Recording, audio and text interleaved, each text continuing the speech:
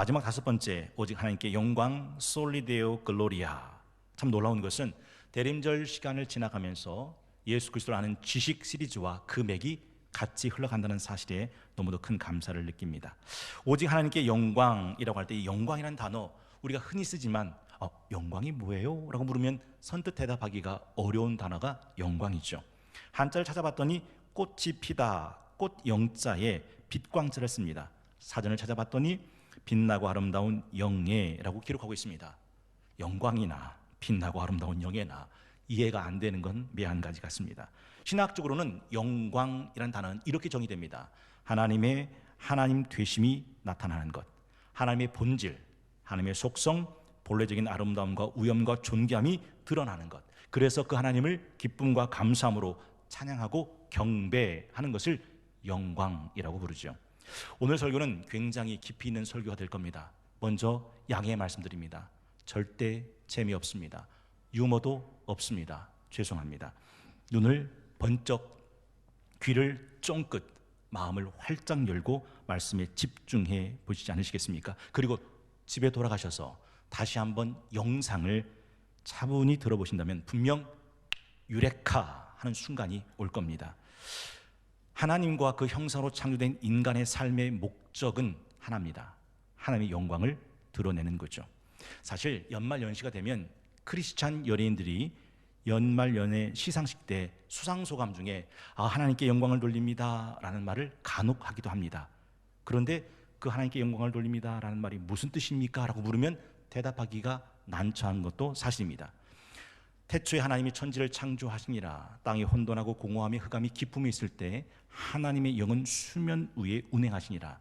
하나님이 가라사대 빛이 있으라 하심에 빛이 있었고 그 빛이 하나님 보시기에 좋았더라. 하나님 빛을 낮이라 부르시고 어둠을 밤이라 부르시니 저녁이 되고 아침이 되니 이는 첫째 날이라 라고 말씀하셨습니다. 이렇게 6일 동안 하나님은 혼돈하고 공허하고 흑암이 가득한 이 세상을 하나님 보시기에 아름다운 세상으로 바꾸셨더라 하는 것이죠.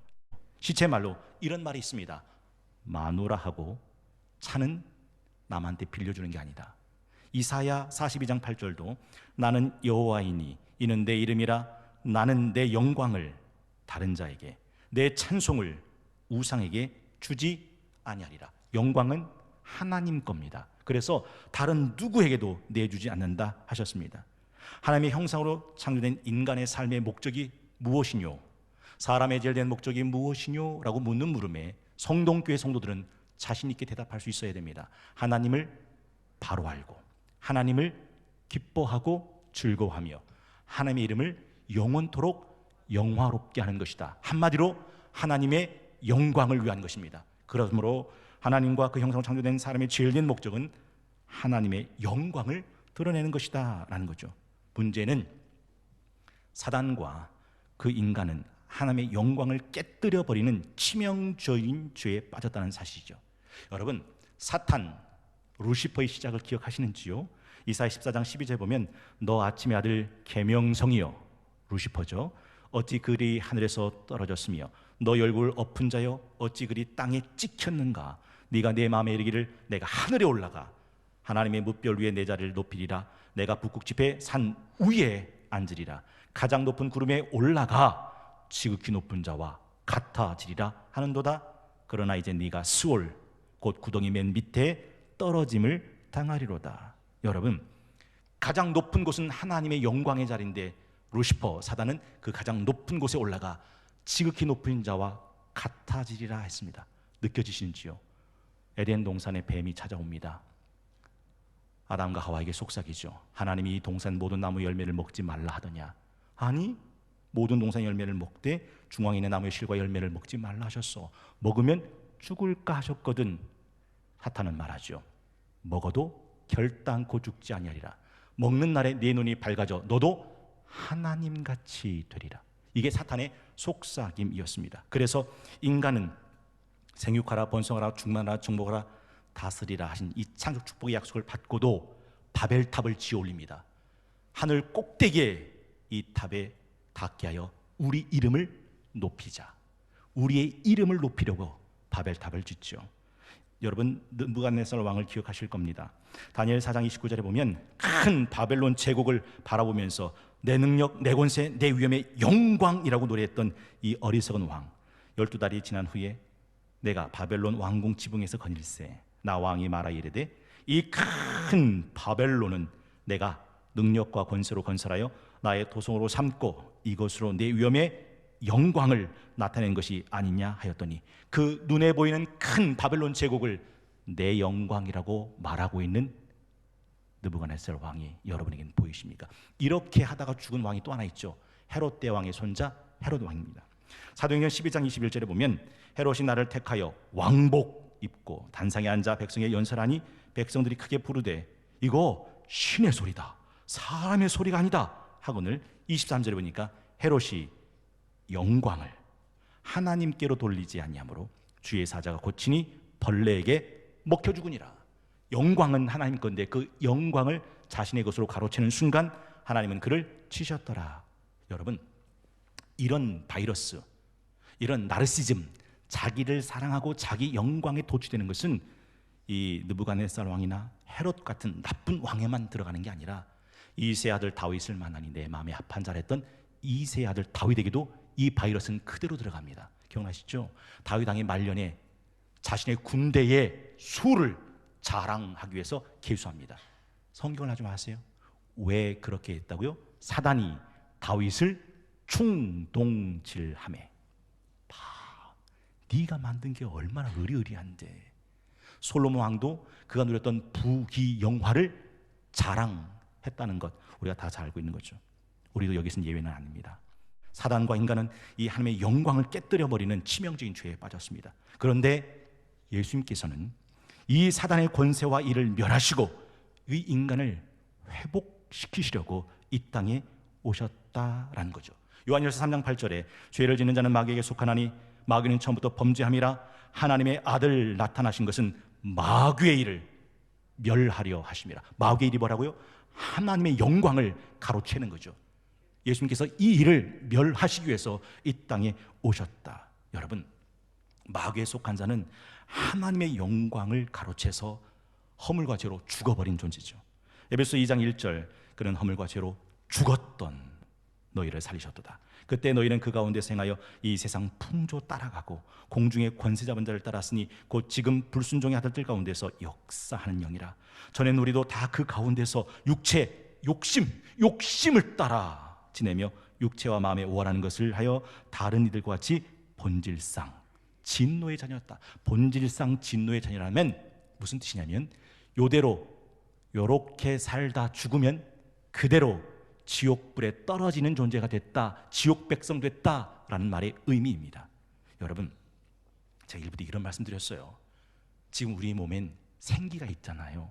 생명이 있잖아요. 호흡이 있잖아요. 숨이 있잖아요. 그래서 우리의 몸은 그나마 이만한 겁니다. 우리 코에서 호흡이 떠나고 숨이 멎고 생명이 떠나면 우리 몸은 죽어요. 죽으면 몸은 단단해지게 굳어집니다. 구멍이란 구멍에서는 노폐물이 흘러나오죠. 그리고 시간이 지나면서 변색되고 부패되고 그리고 썩어가며 악취가 나고 구더기가 온 살을 파먹습니다. 그게 생명이 떠난 내 몸에서 일어난 일들이에요. 그러면 하나님을 떠난 인생들은 어떻게 될 거라고 생각하십니까? 로마서 1장 21절에서 28절에 보면 이렇게 되어 있어요. 하나님을 할 때 하나님을 영화롭게도 하지 아니하며 감사하지도 아니하고 도리어 그 생각 허망해지고 미련한 마음 어두워졌나니 스스로 지혜 있다고 하나 어리석게 돼서 썩어지지 아니하는 하나님의 영광을 썩어질 사람과 새와 짐승과 겨다니는 동물 모양의 우상으로 바꾸어 먹었느니라. 그러므로 하나님께서 그들의 마음을 정욕대로 더러움에 내버려 두사 그들의 몸을 서로 욕되게 하게 하셨으니 이는 그들이 하나님의 진리를 거짓 것으로 바꾸어 피조물을 조물주보다 더 경배하고 섬김이라. 주는 곧 영원히 찬송할 이시로다. 아멘. 이 때문에 하나님께서 그들을 부끄러운 욕심에 내버려 두셨으니 곧 그들의 여자들도 순리대로 쓸 것을 바꾸어 영리로 쓰며 그와 같이 남자들도 순리대로 여자 쓰기를 버리고 서로 향하여 음욕이 불일 듯하며 남자가 남자와 더불어 부끄러운 일을 행하여 그들의 그릇 때문에 상당한 보응을 그들 자신이 받았느니라. 또한 그들이 마음에 하나님 두기를 싫어하며 하나님께서 그들을 그 상실한 마음대로 내버려 두사 합당하지 못한 일을 하게 하셨으니 아까 제가 말씀드렸죠. 내 몸에서 숨이 끊어지면 호흡이 끊어지면 생명이 끊어지면 죽으면 내 몸은 굳어서 변색돼서 어떻게 된다고요? 썩어 들어가기 시작하고 악취나기 시작하고 구더기가 파먹어 들어가기 시작한다. 하나님을 떠난 인생은 불의, 추악, 탐욕, 악의가 가득한 자요, 시기, 살인, 분쟁, 사기, 악독이 가득한 자요, 수군수군하는 자요, 비방하는 자요, 하나님께서 미워하시는 자요, 능욕하는 자요, 교만한 자요, 자랑하는 자요, 악을 도모하는 자요, 부모를 거역하는 자요, 우매한 자요, 배역하는 자요, 무정한 자요, 무자비한 자라. 그들이 이 같은 일을 행하는 자는 사형에 해당한다고 하나님께서 정하신 것을 알고도 자기들만 행할 뿐 아니라 또한 그런 일을 행한 자들 옳다라고 한다. 여러분, 그런 세상에 하나님의 영광의 빛으로 오신 분이 계신데 예수님이죠. 참빛 곧 세상에 와서 각 사람에게 비추는 빛이 있었다라고 말씀하고 있습니다. 여러분, 요한복음 1장 14절에 말씀이 육신되어 우리 가운데 거하심에 우리가 그의 영광을 보니 아버지의 독생자의 영광이요, 아버지 독생자의 영광이요, 은혜와 진리가 충만하더라. 여러분, 성막은 어떤 곳인지 아시죠? 하나님이 이스라엘 백성 가운데 임재하시겠다고 약속하신 하나님의 집입니다. 성경에 보면 성막이 지어졌을 때 불과 구름과 안개가 그 성막 가운데 가득 차서 하나님의 영광을 이스라엘 백성이 보아요. 이걸 뭐라고 부른다고요? 쉐키나의 영광. 그런데 지금 예수님이 인간의 몸으로 오셨는데 예수님의 영광이 아버지 독생자의 영광과 같더라라는 거예요. 여러분, 제가 1부 때 이걸 이렇게 설명드렸어요. 여러분, 그 인감도장이 있잖아요. 인감도장 새긴 거 있잖아요. 그거를 인주 찍어서 계약서에다 딱 찍으면 인감도장 새긴 도장의 모양과 찍힌 도장의 모양이 어때요? 같아요. 아버지의 영광과 독생자의 영광이 같아요. 예수님은 하나님의 영광이시기 때문에 그렇죠. 우리가 다 다른 대로 예수님께서는 변화산에서 당신의 영광의 본체를 드러내 보셨습니다. 이 땅에 살 때는 우리와 똑같은 몸으로 사셨지만 베드로, 야고보, 요한을 데리고 변화산에 올라가셨어요. 사람의 빛으로 이보다 더 밝게 할 수 없을 만큼 영광된 모습으로. 누가복음 9장 32절, 베드로와 및 함께 있는 자들이 깊이 졸다가 온전히 깨어나 예수의 영광과 및 함께 선 두 사람을 보더니라고 되어 있어요. 흡사 이름과 똑같은 거예요. 춘향전에 보면 이도령이요, 끈 떨어진 갓을 쓰고 허름한 도포를 입고 자신의 장모 월매 집에 들어가잖아요. 월매가 맞나요? 그런데 찬밥에 물 말아주잖아요. 얼마나 홀대하는데요, 문전박대하는데요. 그래도 서글서글하게 그 찬밥만 밥을 다 먹습니다. 여러분, 잊지 마십시오. 끈 떨어진 갓을 썼지만 잊지 마십시오. 허름한 도포를 입었지만 잊지 마십시오. 그 이도령 품속엔 뭐가 있습니까? 마패가 있는 거예요. 변화산에서 예수님의 영광스러운 변화는 예수님이 영광이 얼마나 위험 있는 것인지를 본체를 보여준 사건이었다라는 것이죠. 그리고 예수님은 십자가의 영광도 압도됩니다. 여러분, 빌립보서 2장 5절에서부터 우리 11절 말씀 한번 들어보세요. 예수님이 십자가에서 어떤 영광을 얻으신지 들어보시겠습니다. 너희 안에 이 마음을 품으라. 곧 그리스도 예수의 마음이니 그는 근본 하나님의 본체시나 하나님과 동등됨을 취할 것으로 여기지 아니하시고 오히려 자기를 비워 종의 형체를 가지사 사람들과 같이 되셨고 사람의 모양으로 나타나사 자기를 낮추시고 죽기까지 복종하셨으니 곧 십자가의 죽으심이라. 이러므로 하나님이 그를 지극히 높여 모든 이름 위에 뛰어난 이름을 주사 하늘에 있는 자들과 땅에 있는 자들과 땅 아래에 있는 자들로 모든 무릎을 예수의 이름에 꿇게 하시고 모든 입으로 예수 그리스도를 주라 시인하여 하나님 아버지께 영광을 돌리게 하셨느니라. 십자가에서 죽으신 예수님을 하나님이 어떻게 하셨다고요? 모든 이름 위에 뛰어난 이름을 주시고 모든 무릎을 예수 이름 앞에 꿇게 하시고 모든 입으로 예수를 주라 시인하게 하여 하늘 아버지께 영광을 돌리게 하셨다라는 거죠. 그리고 예수님께서 이 땅에 오실 때 초림은 초라한 몸으로 오셨어요. 우리와 같은 몸을 입으셨고요, 강보에 쌓여 말구유에 누이신 초라한 몸이었어요. 그러나 재림주로 오실 때는 영광스러운 몸은 압권입니다. 마태복음 24장 29절, 그날 환난 후에 즉시 해가 어두워지며 달이 빛을 내지 아니하며 별들이 하늘에서 떨어지며 하늘의 권능들이 흔들리리라. 그때 인자의 징조가 하늘에서 보이겠고 그때 땅의 모든 족속들이 통곡하며 그들이 인자가 구름 타고 능력과 큰 영광으로 오는 것을 보리라. 예수님의 초림은 초라했지만 예수님의 재림은 얼마나 영광스러운 영광인지를 성경은 우리에게 가르쳐주죠. 왜 그러냐면 예수님은 본래부터 하나님의 아버지의 영광과 같은 영광스러운 분이셨기 때문입니다. 요한복음 17장 4절에 보면 이렇게 돼 있어요. 아버지께서 내게 하라고 주신 일을 내가 이루어 아버지를 이 세상에서 영화롭게 하였사오니 아버지여 창세 전에 내가 아버지와 함께 가졌던 영화로서 지금도 아버지와 함께 나를 영화롭게 하옵소서.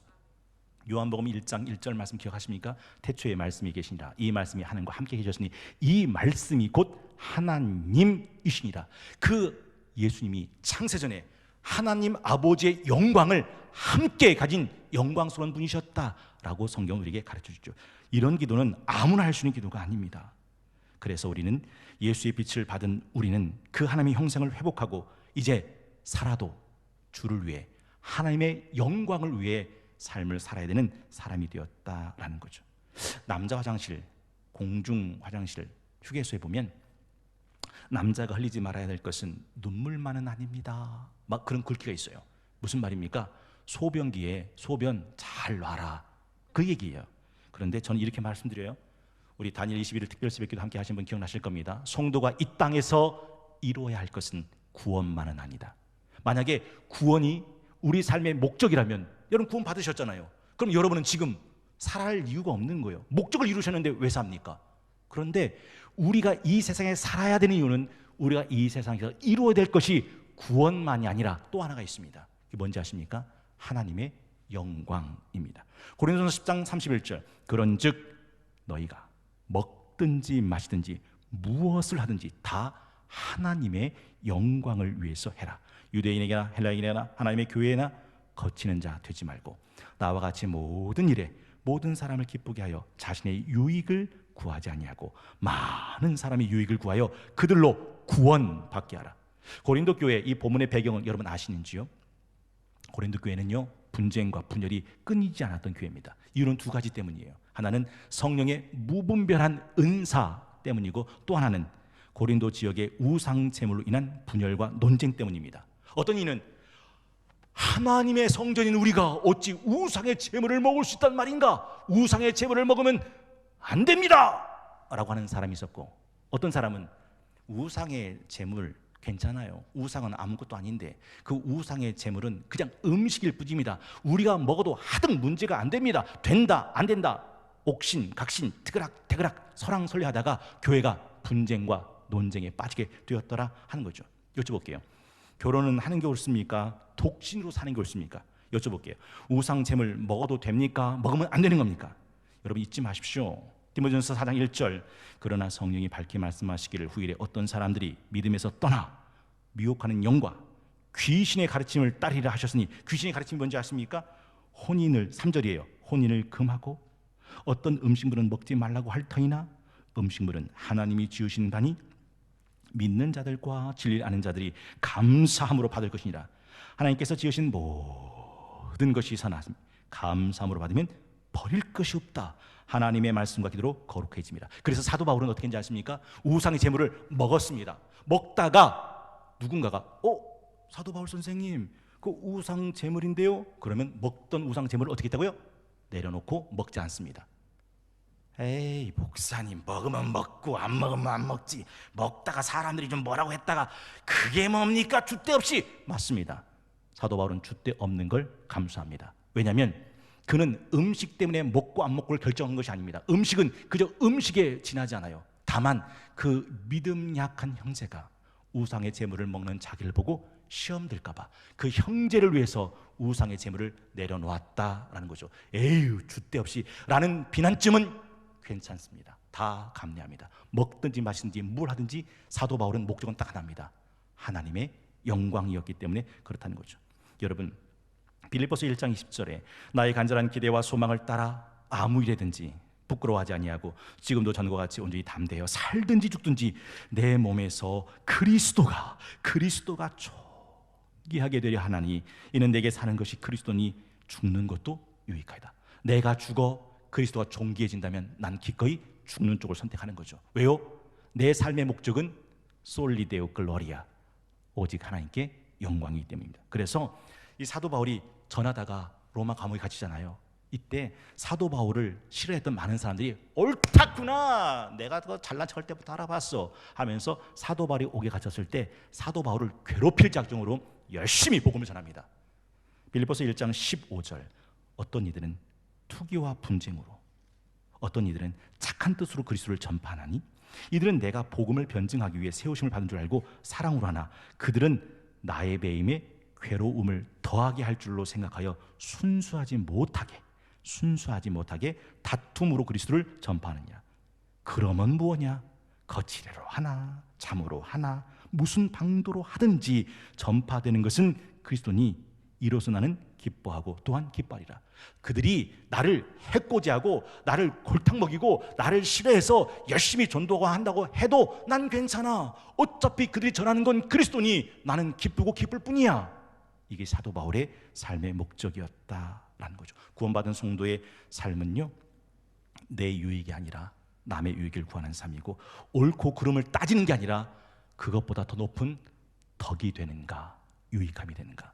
모든 것이 가하나 모든 것이 유익한 것이 아니요, 모든 것이 가하나 모든 것이 덕이 되는 것이 아니니, 옳기만 하면 다 되는 게 아니라 그게 덕이 안 되면, 그게 유익이 되지 않으면 옳아도 하지 않는 거죠.